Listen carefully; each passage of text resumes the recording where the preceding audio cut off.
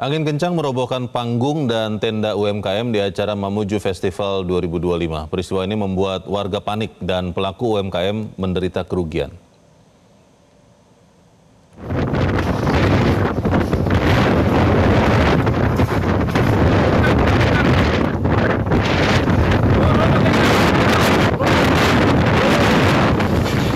Angin kencang menerjang anjungan Pantai Manakara, Kabupaten Mamuju, Sulawesi Barat.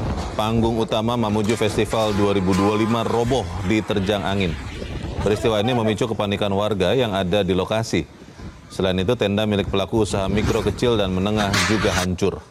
Pelaku UMKM menderita kerugian karena barang jualan untuk event itu telah ada di lokasi kegiatan.